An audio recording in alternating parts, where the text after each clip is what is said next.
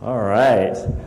Welcome back to the second day of the specialty workshop, or for some of you guys, the first day of your first day. We wanted to give you a glimpse of what the excitement of last year was. Some of you guys were on that trip. Some of you guys are new to the Solar Car Challenge. But, you know, the excitement of a road race really just can't be compared. You always love going out and, driving on the road in a real car that you've built, meeting the community there. It's lots of fun. Again, I'm William Shih. I'm the Deputy Race Director. And today we're going to cover a lot more of how you actually build a solar car. I'll have various co-presenters with me at various times of the day. So let's get on into it. I forgot my clicker. Yeah. Do we have a clicker? You had the clicker last. Okay, well, I will just have you click for me.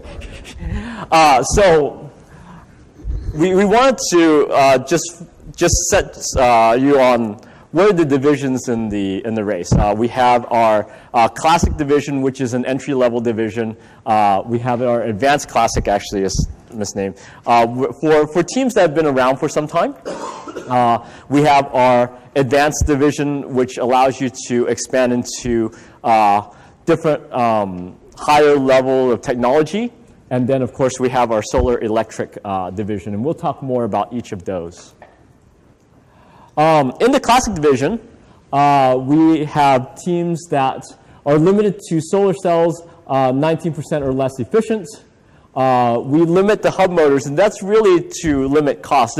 The whole idea of the Classic division is there so that new teams coming in isn't as cost prohibitive to start a car, right? Then we allow you to go into the Advanced division where you get to expand upon these type of technologies and spend more money doing it. Lead-acid batteries is the same thing. You know, the cost of lithium batteries are significantly more than you would on lead-acid, so that's why we do that. And so you can see the type of cars that you have in 2018. Last year, the Solar Cats were the winners, and so you can see that in the Classic division, a lot of cars like to have a solar array on top of a solar car frame on the bottom. We'll talk more about how you build something like that or the decisions that you make to do that next. In the Advanced Classic division, it's essentially the same rules as the Classic division, except for we know that the Classic division is an entry-level division, meaning that we want new teams to be able to compete against new teams. So what is to come and what is in an event update to be published this year is that we are changing the entry criteria for the Advanced Classic division to all teams or all schools that have participated in more than 2 years in the Solar Car Challenge will be categorized. Participating in 2 events. In more than 2 events, you will be categorized into this Advanced Classic division. And you go, oh, but we wanted to compete in the Classic. Really, this benefits because you have a lot of teams in the Classic division, and you only get 5 places that we have won trophies for. Recategorizing into the Advanced Classic allows you to compete with like teams that have like experience, and there are a lot more trophies there. There's another set of trophies for the Advanced Classic division than in the Classic division. So we think it's going to be exciting to be able to compete in that way. And so the Iron Lions of Greenville won this last year, and you can see it's a similar car to that of a Classic division. It's just that there's a lot more experience behind how you run a car. The next one is our Advanced division, and really here lets you open up to explore all sorts of things. A lot of people like to explore the lithium ion or lithium iron phosphate type of technologies for batteries. That's a very easy way to get into the Advanced division and explore new things. A lot of people, the other reason why teams tend to get into the Advanced division is for the hub motor. So we'll talk more in the details about what hub motors do, but essentially hub motors at the cost of buying a hub motor gets you a lot more efficiency. So that's why we bump you up into advanced division. The other criteria for getting advanced division is the use of body molds that were prefabricated by someone else.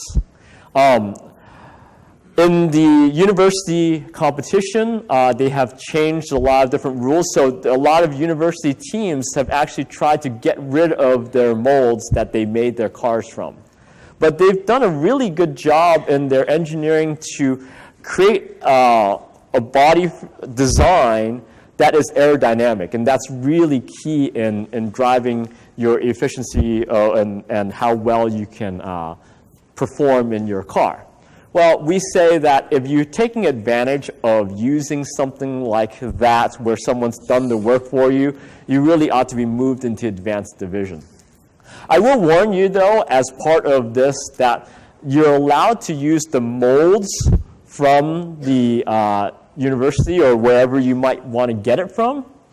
However, you are still responsible for fabricating your own body out of that mold. You cannot buy a body from another car and use it as your own. Okay, so that's the thing. And so the winner last year was Houston there, and they didn't use a university body mold, but they did use a hub motor that's in the back of their car.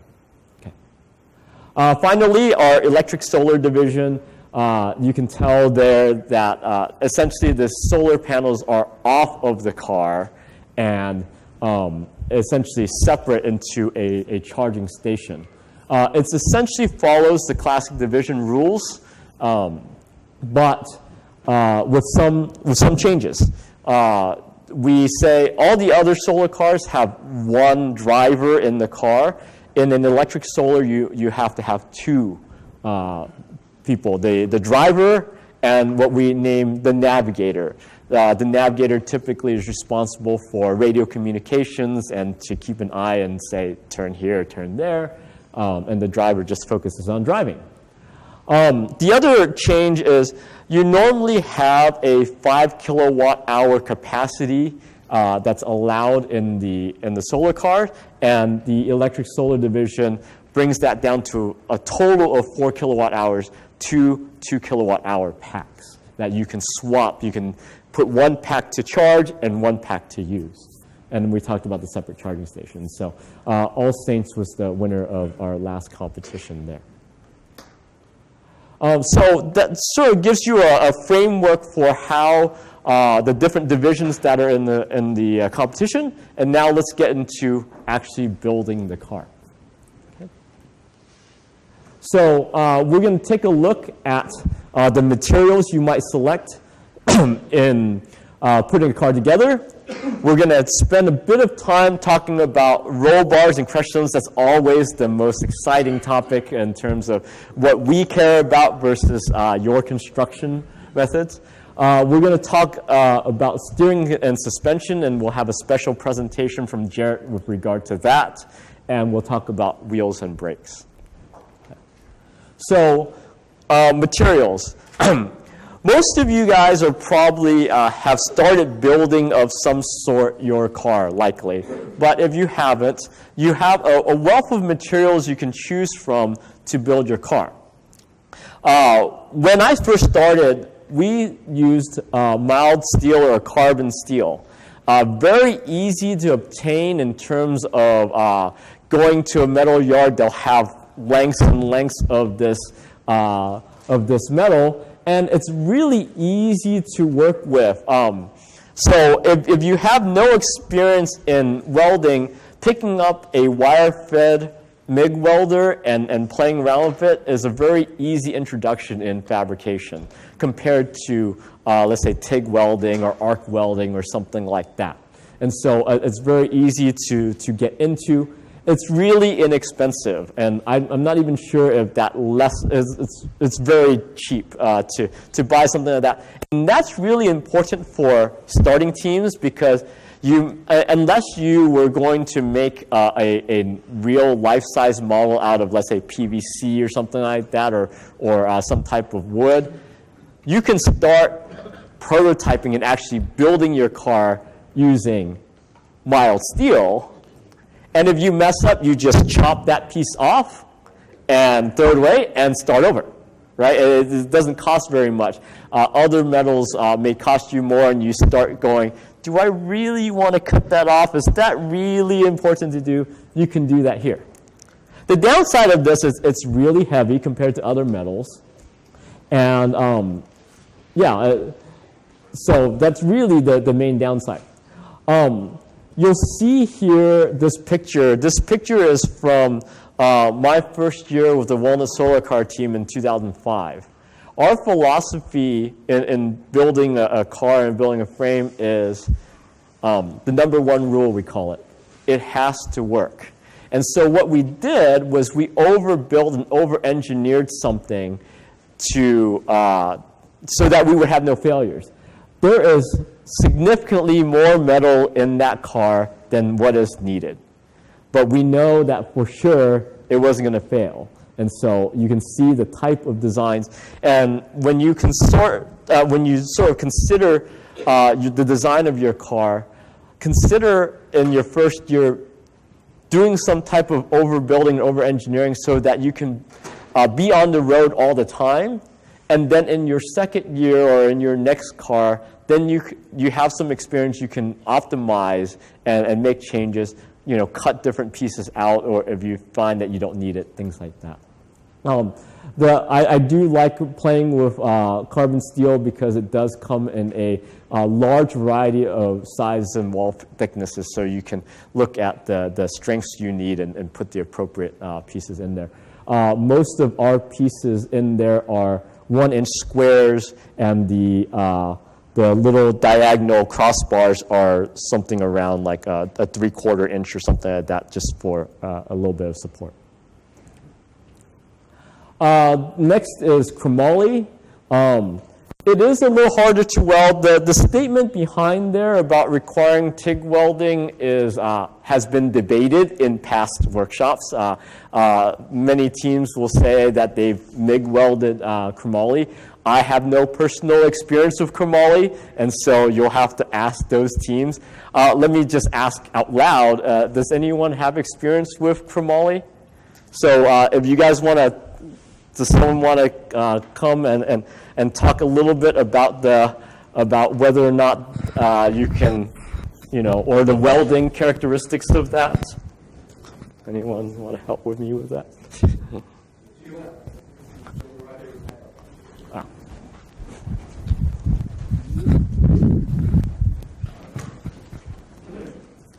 Good morning. We tried it. We have it. We're going to work with it this year. The issue is we use TIG welding with 5% nicotine or nickel rods. It's working, but the issue would be, how thin the material is. We're having issues, trouble trying to maintain a good weld, all this information, all this, the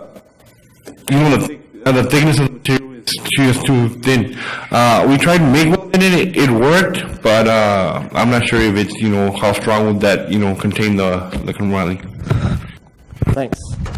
Yeah, so it is sort of a double-edged sword there in terms of its use, right?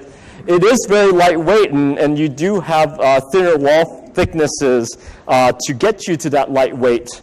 But that also means that when you have welding issues, if you spend a bit of time, too much time on the weld, you're going to burn through it. And so, compared to carbon steel, you just really have to practice more in order to get to that. It is more expensive as well. But, just like steel, you can, easily modify it.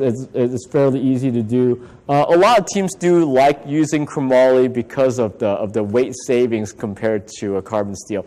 I would say that in my previous car that you saw on the previous slide, that we used to call it by a name, and we renamed it in the when we were at the race to El Tanque del Sol because of the weight of the thing. It was nearing a ton or something to that effect. Like we said, we overbuilt it. We don't expect that a carbon steel car should weigh that much. It just did because we did way too much to it. So it's some considerations, right? So don't discourage you from using something like chromoly. It's just you have to also understand what you're getting into, and there will be people who might use chromoly. So we have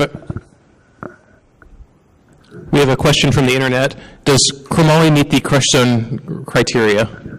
Yeah, if you use chromoly, there are regulations. Well, the crush zone actually does not have any requirements for the type of material it is. It's really your roll bar material, and there's a certain criteria for the different types of metal that you use. There's certain wall thicknesses that are required there. So certainly you can use chromoly for the crush zone. Yes, question? Yeah, can you use a chromoly and a regular carbon steel together? Can you use chromoly and carbon steel together? I have not had experience with that. Looks like the answer is yes over there. Well, we've done that before too. And you go back on your chromoly. If you take and you dig it, be sure you use straight argon gas. Don't just use that's the one we use. CO2. And it'll work. Keep your heat down a little bit. Don't turn up too high because it'll. Yeah, that was one of the issues. We started a new frame for the Steel USA competition, and we kind of rushed through it, and we ended up, twisting the entire frame, and it didn't work. So now we got to chop it up and practice with what we already have, and see if we start a new frame with come out. But it worked with the last few, and I thought of it, and it's hard to weld aluminum on the side of the boat, and for volume, it's easier to stay well in a few spots and keep on going. Yeah. So it looks like you have some experience with chromoly and recommending the use of argon gas, and so we'll definitely, maybe they can come. I can have part of the frame, carbon steel, part of the chromoly. Yeah, there are no regulations in terms of the materials or mix of materials that you might use for the Solar Car Challenge. So, question over there, and then I'll come on over. John Estes, I work for Gulfsville Chemical Corporation, had an excellent shift mechanic.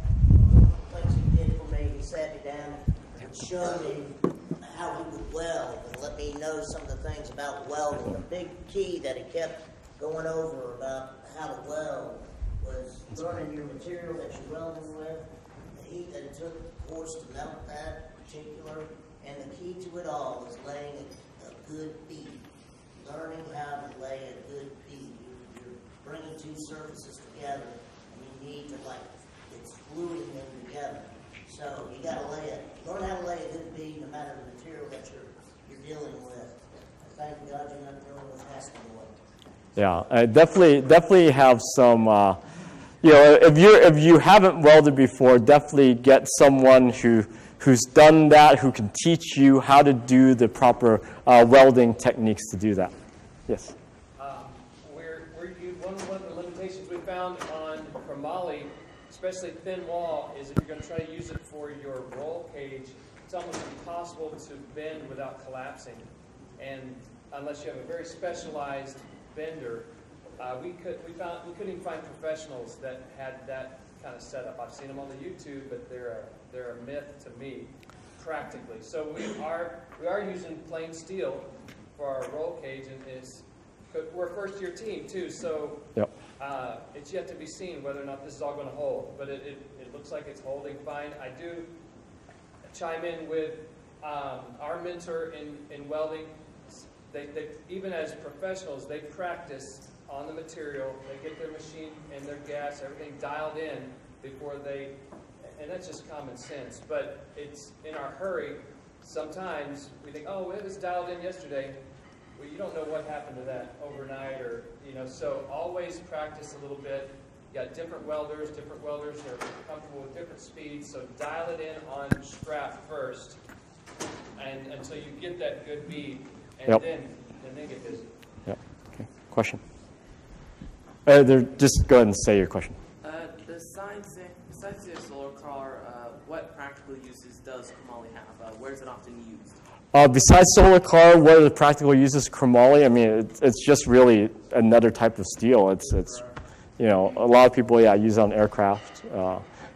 Although aluminum, I think, is also common on aircraft.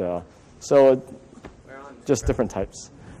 So, going back to the chromoly rope cage thing. Yes. For our car, we didn't use a tube bender to bend our rope cage. What we did is we cut slits in the metal, like little tiny slits. And what we did is we bent them when the slits were there, and then we went back and filled in the welds. Like so, we cut like multiple different slits on the tube itself, and then we manually bend it, and then we filled it in with the weld. And that worked for us. Our car. Yeah, so rather than bending the metal, you cut slits into the bar so that you can form the, really, you're talking about the roll bar and bending the roll bar around as much as building a roll cage around the car. So, Jeff. Okay, another question from the internet. Does the car on your slide meet the current crush zone requirements for? No, these are just examples of the frame. Our crush zone rules have been modified. So we will talk more about the roll bar and the crush zone in the subsequent slides. Okay. Yeah. Next. Okay, so aluminum is another option. I would say that we used aluminum in our more recent solar cars from the Walnut Solar Car team. It's very light and it provides a lot of stiffness compared to that weight. We would say that if you're really starting out, unless you have some experienced welders who can teach you how to TIG weld, TIG welding just requires a level of sophistication above MIG welding that it would be difficult to do, but not unheard of. All the TIG welding done on the Walnut Solar Car using aluminum was done by students. They learned how to do it. We spent several weeks just having them practice on how to do it. It can be done, but it is a level of sophistication higher than in MIG welding, so this is something to keep an eye on. Now, it does require a bit more material, and so you can see that in this example, there's a lot more cross beams that are part of there just to make sure that it retains its shape. I would invite Lee to come up and share a bit about his experience with aluminum and also other materials. Lee was the advisor to the Newburgh Solar Car team, Newburgh Free Academy Solar Car team, and now he's freelancing as an advisor to whatever solar car teams need help, so he's a good guy to know. Yeah, anybody want to take me to Australia next race? I'm ready. Yeah, we've used, in the Newburgh team, we've used all the different metals, except chromoly and steel. We went right into aluminum and titanium. And titanium is, talk about another step more. You have to argon the back of the weld because you'll poison it, go through, or you won't see it, and as it flexes halfway through the race, it'll break. And we had break after break after break with things like that. So titanium is a great tough metal. I love it because it doesn't rust and you don't have to paint it, but it's very flexible. So our first titanium frame was we made it according to the plans from an aluminum frame, and then the students sat and it just sagged, and we had to build it up. So you're adding more metal, just like you're doing with the aluminum, and it pulls up the weight again. And what's the advantage? A little bit and weight, and a little bit and weight in titanium. I don't recommend titanium. My passion is, should I talk about the composites, or we? Move on to the next slide.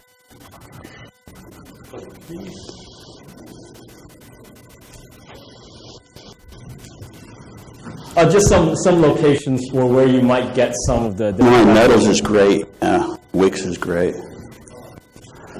Carbon fiber. So my passion is carbon fiber. I've been doing this for 20 years. We started getting college molds.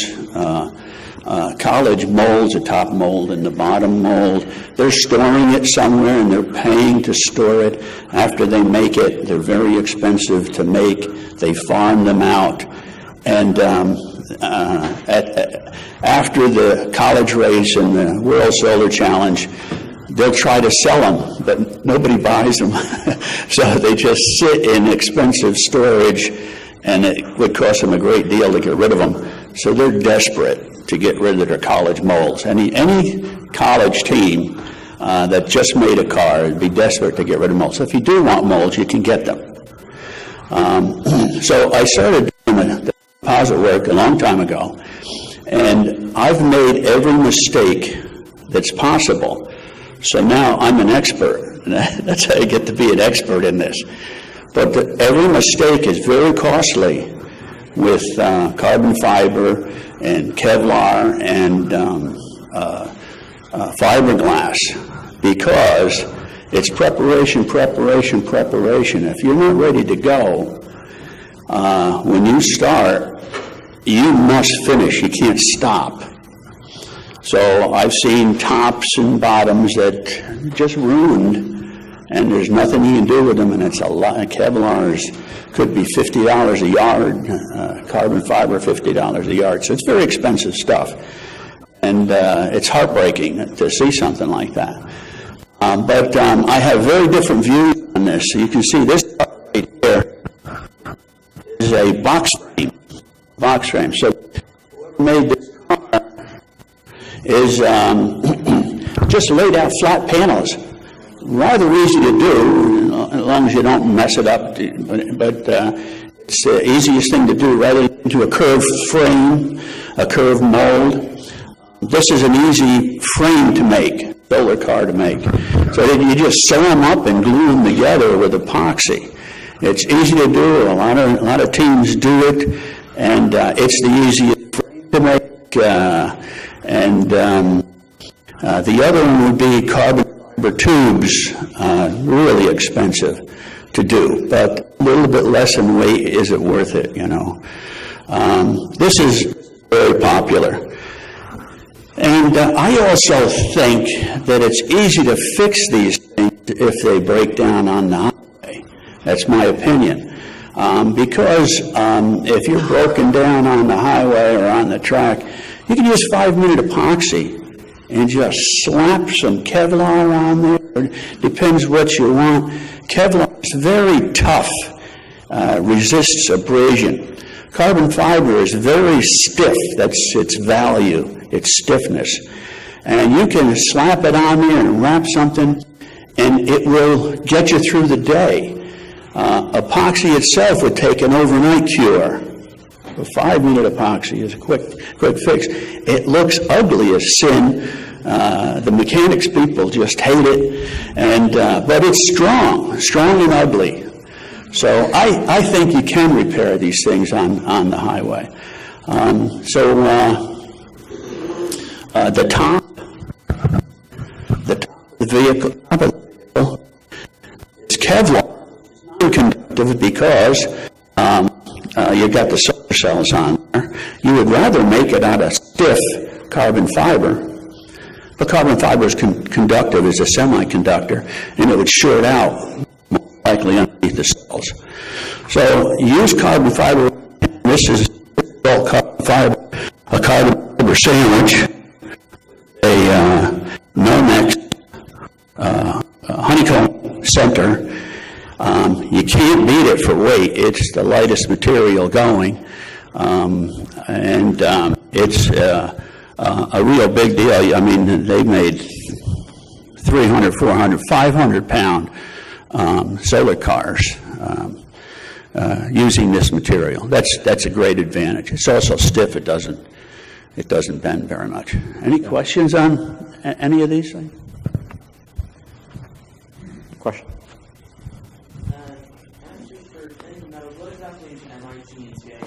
Going back to the welding types, I'm not sure what the words stand for, but the style is that in MIG welding, you have a ground clip that you attach to what you're going to weld, and then you have an element that goes and has a wire feed that goes on there, and so you can just put that wire fed portion onto the metal that you want to weld together, and then it creates the electrical circuit and melts the metal onto your component.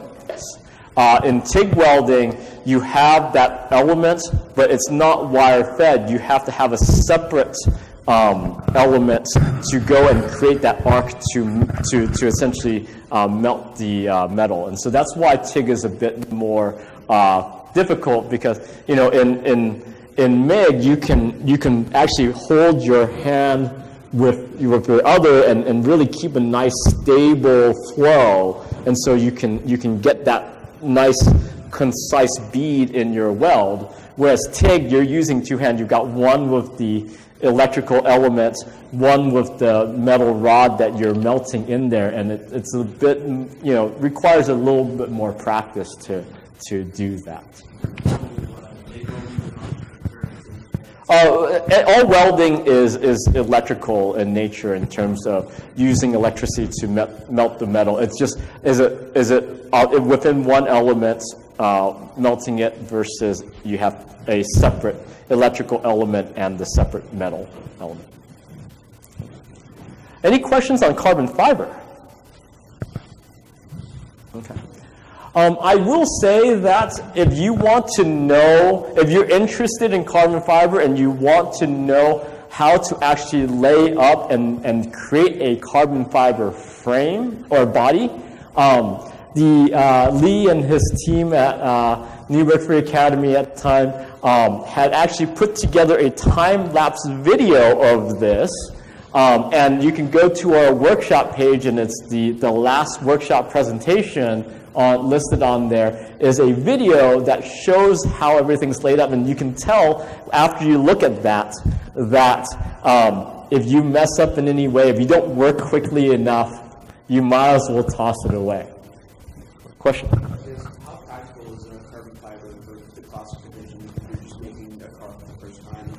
How practical is it to use carbon fiber for your first vehicle in the classic division? I have not seen the use of carbon fiber in a classic division vehicle that's built by a new team.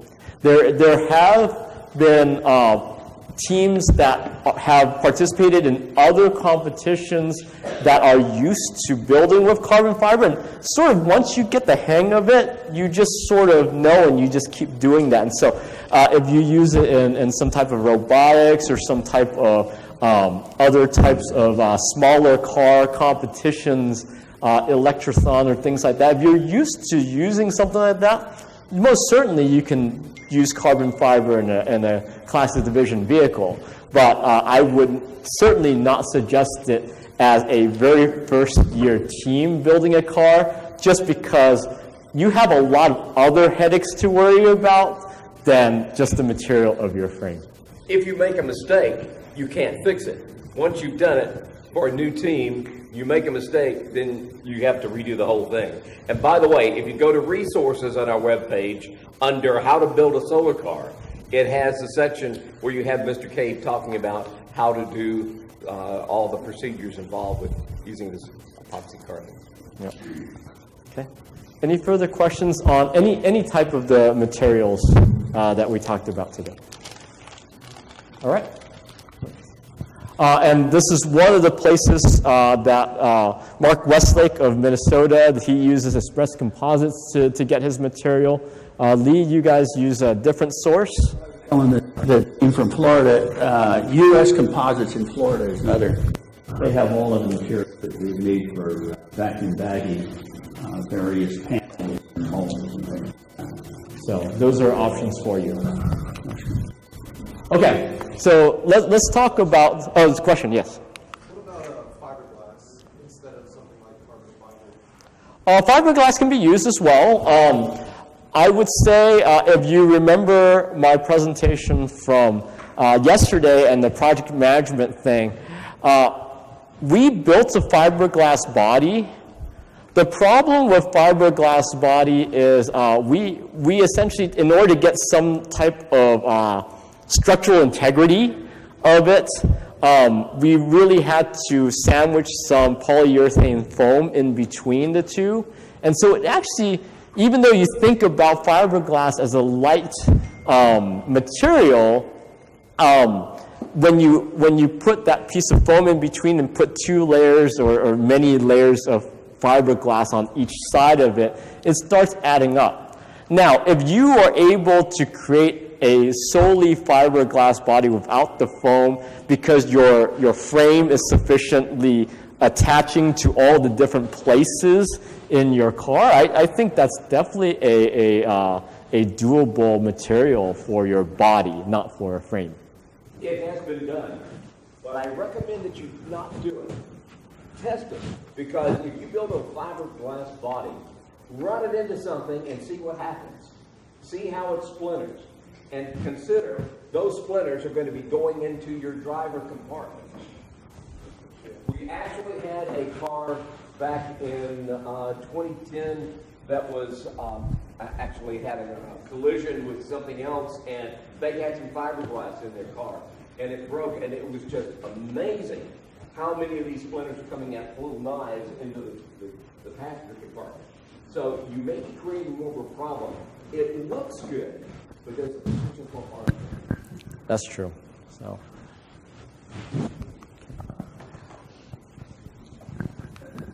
So let's get into the fun part of for those teams who are returning to this competition.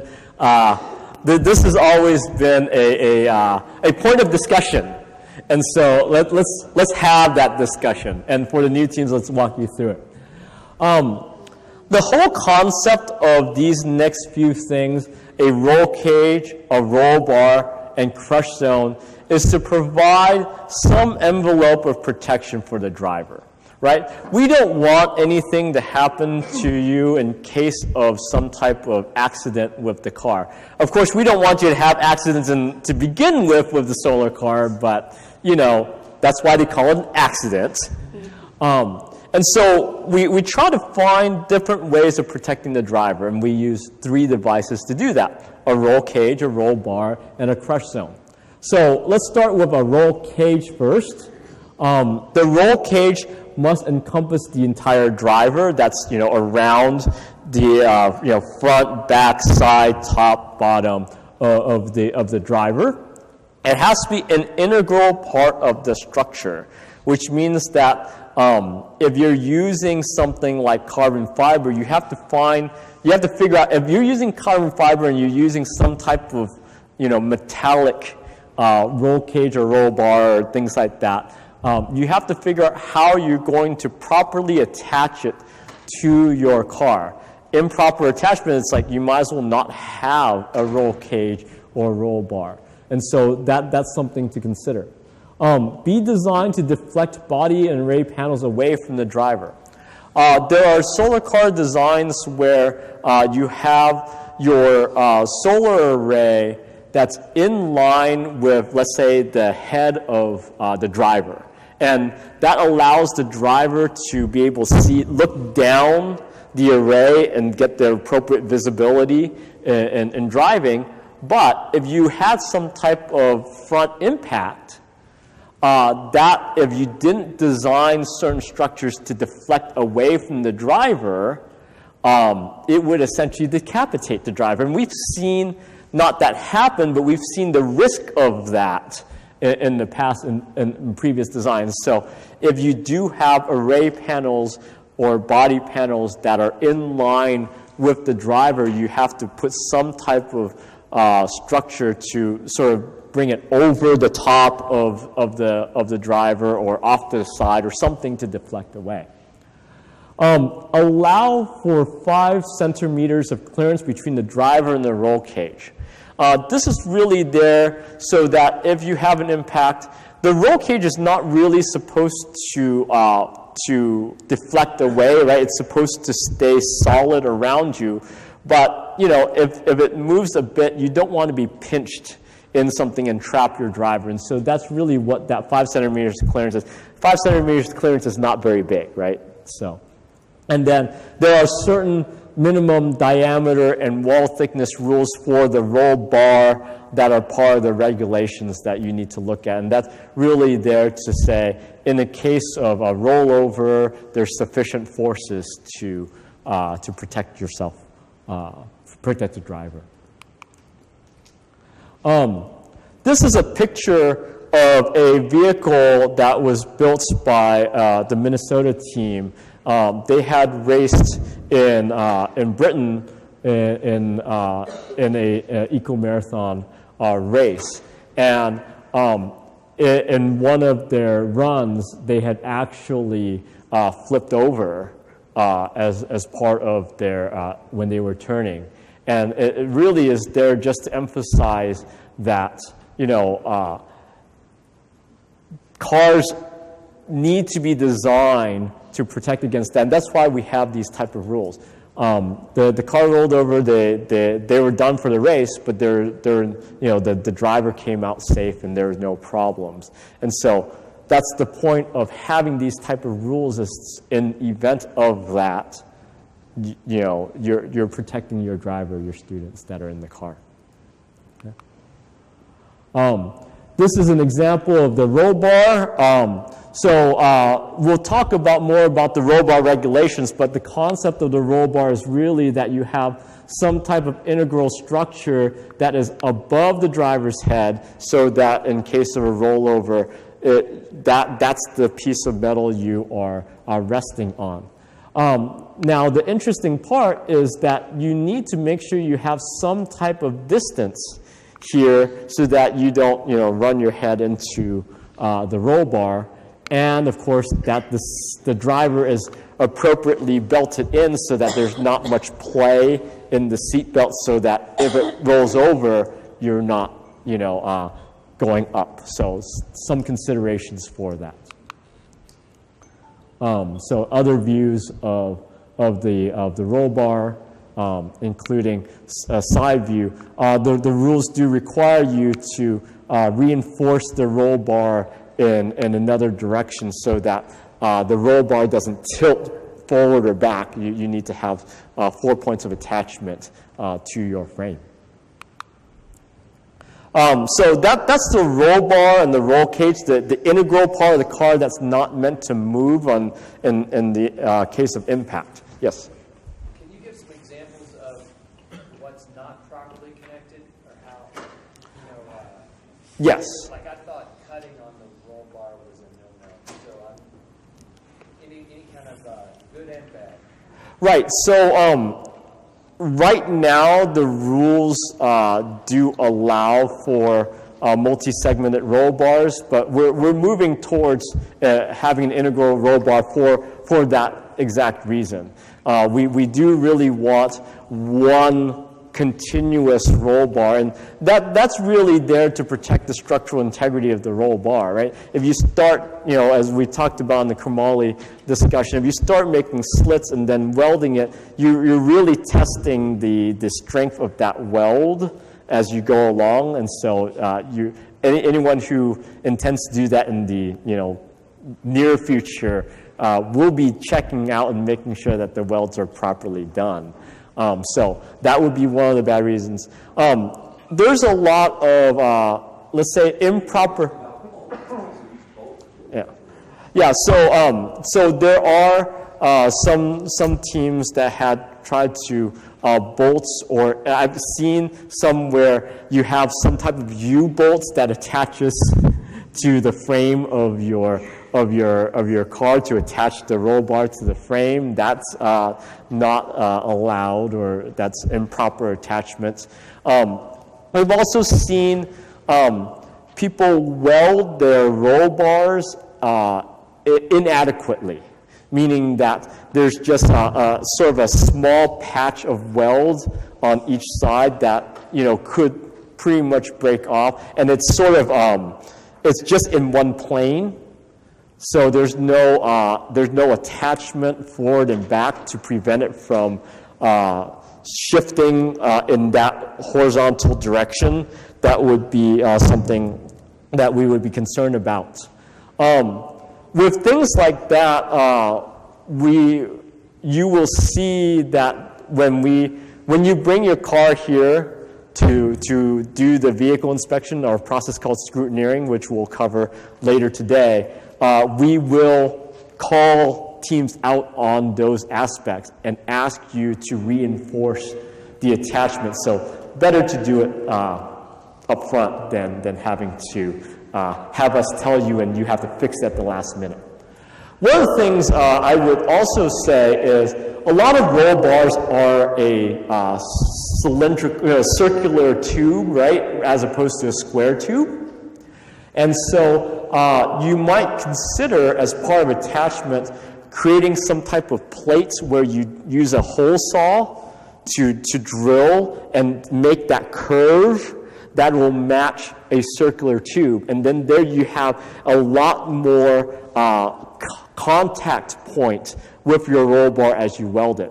If you weld it to a flat bar, then you have a small patch of connection. If you add a plate with a circular, you know, pattern to it, you can get, you know, half or maybe even more than half of the bar that's welded together, and then you get a nice solid joint. Any other questions with regard to roll cage or roll bar? Yes? What's your opinions on doing things like capping the ends? So if you've got a bar that goes across the top and it goes down, do you recommend taking the plate, cutting a circle out, and welding it to the ends of the pipe? I don't think that's necessary. If you would want to do that, that's fine. There's no problem with that. I will say, though, either way, if you use an end cap or not, a scrutineering tip for you, bring a small sample of your roll bar with you that's not attached to the car to scrutineering so that we can verify the outside diameter and the wall thickness of that roll bar. Especially when you have an end cap like that, there's no way we can measure, and then we're left to figure out how you can comply with that rule. So I would say that, but I don't have any particular comments, but maybe online there is. We have another question from online. Said, I think from the last slide, does the crush zone have to extend to encompass the head of the driver? For example, the image shows the roll bar meet the criteria. Rules say 15 centimeters in every direction. Right. So let's talk about that in the next slide. There's a diagram to walk you through that in terms of the crush zone. Well, I haven't covered the crush zone yet. I've really more talked about the roll bar and roll cage. So let's talk about the crush zone. So, you know, we talked about the roll bar and roll cage as the integral part of the frame that doesn't, you know, that protects the driver. It's not supposed to move. It's solid. We have another structure on the outside of the roll cage that's not the roll cage that is intended to absorb the impact and it's designed, or it should be designed to crush. That's what a crush zone is, right? And so, as you know, if you have metal that's there and it's deflected away, it's going to absorb some of that shock, some of the impact from a collision. And so we are supposed to see crush zone material that's a bit lighter that allows you to take that impact, right? If we see a lot of trussing of a crush zone structure, sometimes that's like, well, it's not really crush zone as much as another roll cage, right? So something to consider there. I will walk you through the rules, but the idea is that it's supposed to protect the driver from the front, side, and rear collision, and a minimum of 15 centimeters of horizontal distance. So we're really looking, if you're in a seated position, you're looking in all directions horizontally 15 centimeters, not vertically 15 centimeters. And you do not have to have crush zone structures on top of the driver, right? It's really on the side of the driver. Yes? So if you've got 2 centimeters between the driver and the 5 centimeters. cage, 5 centimeters, Yep. excuse me, I'm thinking 2 inches. 2 inches, yes. Yeah, 5 centimeters, so then your crush zone, I mean, minimum of 10? Yeah, it would be 10 out, but it's minimum of, Minimum, right? Yeah, So, more out of the, of the roll cage, that's correct. Yeah. Now, if your roll cage is also a minimum of 5 centimeters away. So if we're not saying it has to be 10 centimeters outside of your roll cage, right? So, we do, and this is one of the key things, is we do require you to explicitly note the crush zone in your mechanical drawings when you submit them to us during registration. This is a very common thing to miss during registration. We have to do a lot of go-backs a lot of times to say, hey, where do you identify your crush zones? Show us your crush zone structure. So please do us a favor and mark them on your drawings. That'll save us a lot of time. This is a crush zone from the Iron Lions. This was done to meet the new regulation that says the crush zone needs to cover the entire head down to the body. Now, I would say that this is really more of a roll cage type of format than a crush zone, but this is really used as a showing of the type of structures that we're looking for to protect. That you can see that all throughout this area, there is structure there to protect the driver. This smaller wire is really more of a crush zone that can absorb some of the impact, though it might be a little light in terms of the impact that it takes. But the area that the crush zone takes up is really good in this regard. There is a diagram in the rules, and we'll cover that in the rules section about where we expect these crush zone structures. Question? Again, can you please clarify the crush zone around the head and parts of the body? Are shoulders, related to previous slides, do they meet or not? Say that question again, please. Basically, do you have to have crush zone specifically around the shoulders and head? Yes. Horizontally? Yes, the crush zone structures must be present. So would that example meet or not meet the criteria for head and shoulders? They have the roll cage, but do they have a crush zone? They are treating this as the crush zone. That was the issue with that, and so that's why this complied. Question? Yeah, it also looks, since they're using the roll cage as their kind of crush zone, that they don't have the 15 centimeter minimum distance. Actually, there is that 15 centimeters there when you measure it. I think it's deceptive in terms of a side view. Roll bar has a 15 centimeter. Horizontally, yeah. Horizontal. Yeah. So, okay. This is non-compliant with the existing rules, but just to show that the crush zone horizontally can be built for other uses, right? So, for example, they built this to carry their array panels, and so you can have some structures out here, and that would serve as a crush zone. And why I say that is we actually did have an incident with a solar car in which there was a side impact, and what really helped protect the driver was that type of array that took the impact, and the driver was unaffected. And so you can do that. You don't have to build a specific structure as much as build it as part of your design. Okay. So that's the roll bar, roll cage, crush zone section. Are there any further questions on that? I know it's sort of an interesting discussion. Okay. Let's carry on. So I'm going to talk a little bit about wheels, brakes, and suspension, and then bring Jared up to talk about that in detail. For wheels, it is a more difficult thing to source, especially when you start thinking about more optimal wheels for solar car racing. And you have to make these choices fairly early on in the process, because where you locate your wheels really affect a lot of things, including steering and suspension. So the very first thing you have to decide is, do you have a 4-wheel car or a 3-wheel car? So in a 4-wheel car, of course, you have more parts, so you have an additional wheel. It's higher cost, but it's relative, right? More higher cost. There is alignment issues because you have to get your forward and rear wheel sets to be properly aligned.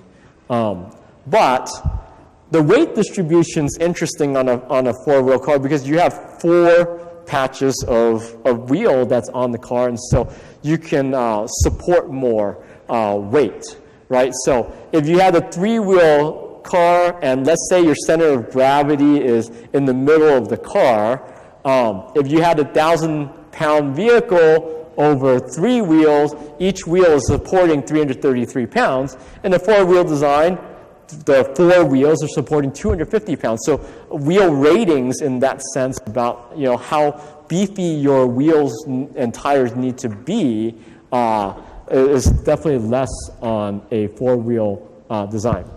It is also a bit safer in the sense of, if you have a flat or blowout, really, not a slow leak flat, you have 3 other wheels to help support you. It stays up. In a 3-wheel design, if you have a blowout, it can essentially tip down onto the road, and that might be more dangerous. And of course, you can straddle dead animals or other hazards on the road. As you would do in a regular car, you would drive, if there's a hazard, you would just drive right onto the hazard in the middle, and it will just go straight through.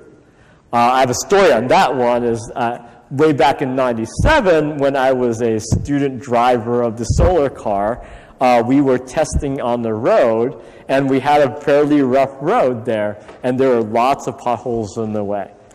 Me being a fairly new driver, you just drive like you would a passenger vehicle, right? And so you say, oh, pothole, let me, just put the pothole in the middle and drive the car.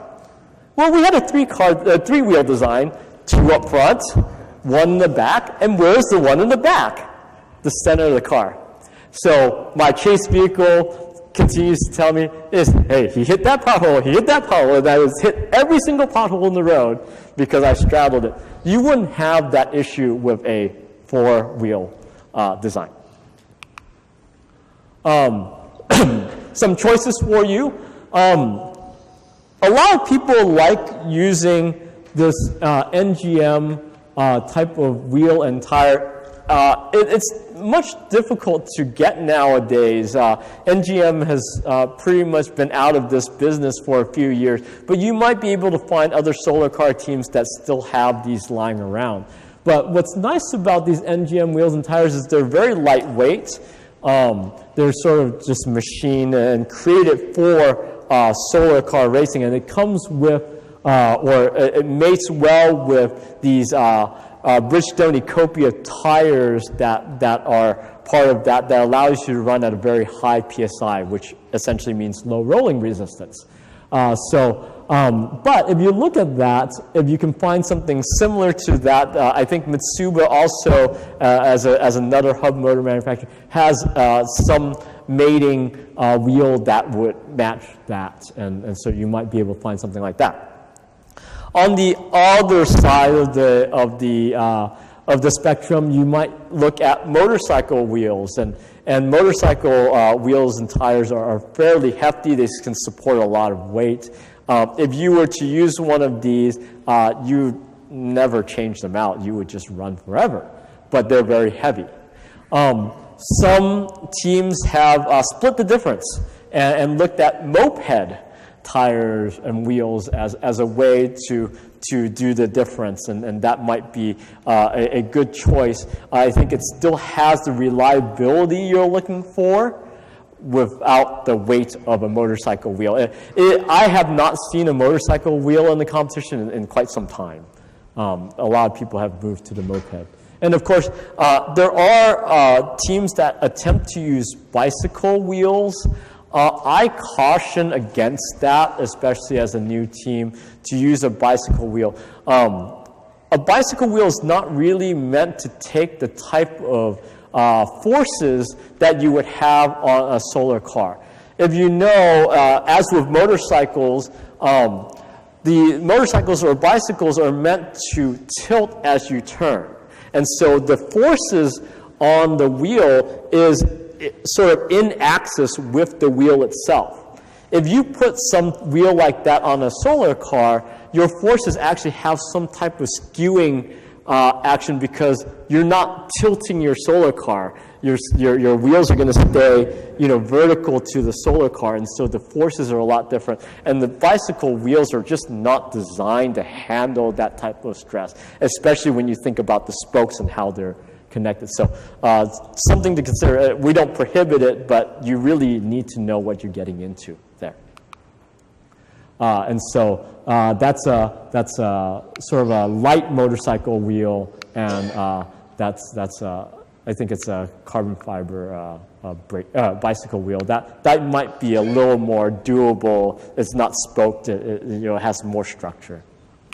One of the things they did was to weld those spokes onto the rim so that there was less chance that the spokes could get loose and puncture the tire. Yep. Some sources for you as potential places to get some wheels. Okay. Brakes. We talked about this, and Joe Pitts talked about this yesterday in terms of sources, is the use of MCP brakes. But we say in our rules that you must have 2 independent braking systems that allows the driver to stop the vehicle safely and quickly. That 2 independent braking systems means, 2 sets of calipers, 2 sets of master cylinder, 2, pedals. Basically, the entire chain from the pedal to the brakes need to be independent. We also say that you have to brake evenly, which means that if the 2 independent braking systems, you can't put one system on the left tire, one on the right tire, and do that. That's not allowed. And so a lot of teams do what we call a dual front braking system, where you have a single disc but 2 sets of calipers in the car. And so most cars use this hydraulic disc brake, this MCP. I would say MCP is the preferred brake part because a lot of hydraulic brakes are what we call has a dead side to it. Basically, you have one piston, and it then pushes the disc into the other side of the brake in order to do the brake. And then when it backs out, it uses the friction to back the pedal off. The nice part about these MCP is they're double-sided, which means they're 2 pistons that push in, and when you let go of the brake, it will actually pull the pistons out, and so you don't get any additional resistance as you are redriving the car. And so there's definitely a lot of benefit to that. I was remiss in continuing the discussion on 4 or 3 wheels, because there was a slide on 4 and there wasn't a slide on 3. The benefits to a 3-wheel design is there is some simplicity in terms of steering design, there's less drag because typically you would have 2 wheels in the front, 1 wheel in the back, and so your steering geometries are a lot easier to calculate, and Jared's going to talk a bit more about that, so I won't dwell on that. It's also easier to go and design to make sure that there's that when you turn, there's no drag as you went along. Okay.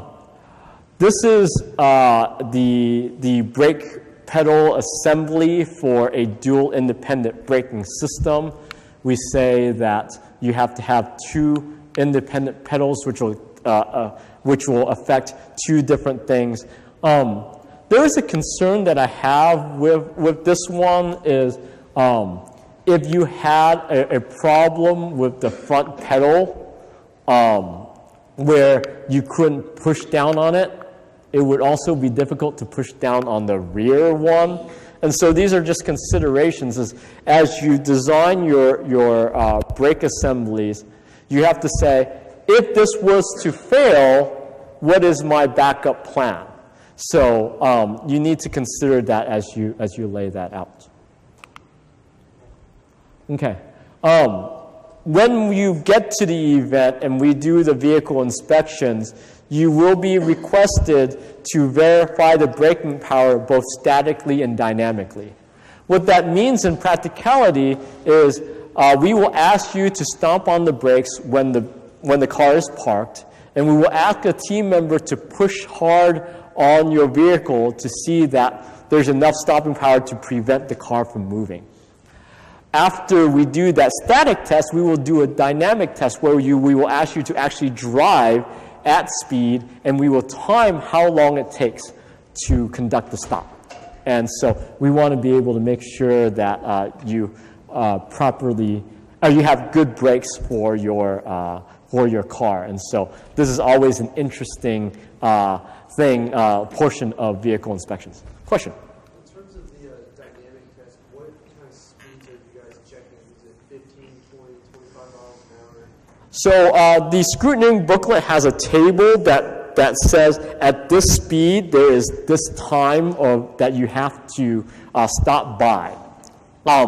We say that you have to go at least 15 miles per hour. If you don't go at that speed, then we will ask you to rerun the test.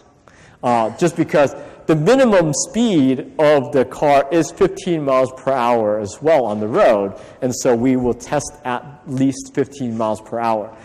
We will have a speed gun there to monitor your speed. We will ask you to speed up as necessary or say, yeah, you're at good speeds, and then we'll ask you to brake at a particular position. And so we'll walk you through that as we go along in the race. But good question. Any other questions on this? Okay. Suspension. The key part to suspension is we say it's more important on the road because there's a lot of road hazards, a lot of bumpiness in the road. However, on the track, those who have driven on the track, there is some debris and other parts of the track that make it quite interesting to drive on. So suspension there, while not as important on the road, is still important. And so the way you do it is sort of complex, and I won't go into that because Jared's going to talk about that in a sense. But here's a key part. You put suspension in the car not just for the comfort of the driver, which, the driver comfort in a solar car isn't much anyway, but it's really to prevent shocks and protect these expensive parts in your car. If you have a car with no shocks and you have some fairly lightweight solar panels that you encapsulated yourself, for example, the shock of driving could start breaking those cells if that encapsulation isn't done well. And we've seen some of that when we transport the car. When you transport the car in the trailer and you leave things like your batteries hanging in there, your car just bounces up and down all the way down the road on your trailer, and when you get to the race, you start having to rewire a lot of things. So suspension helps on that. Okay, so this is the suspension, so it has some type of shock. It has some arms to allow the wheel to move up and down and keep a more smooth ride. Okay. Alignment is important as well. Your suspension design your suspension design and your alignment have a lot of impact on your performance.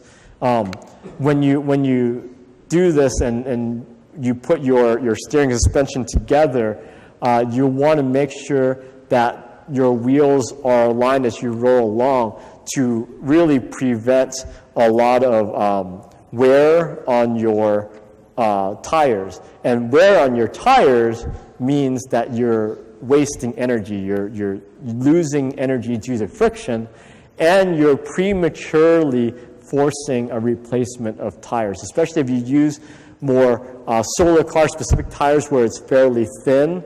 If you have improper alignment, you're just going to wear those down and eventually have a flat. And so you'll want to do that. There are lots of ways to do proper alignment that we can talk about, and you can come up to me afterwards to say how we might do that. Okay? Some sources for you for how you might look at suspension. I will now hand the floor over to Jarrett Dunn, our operations director, who has a special discussion on steering and suspension.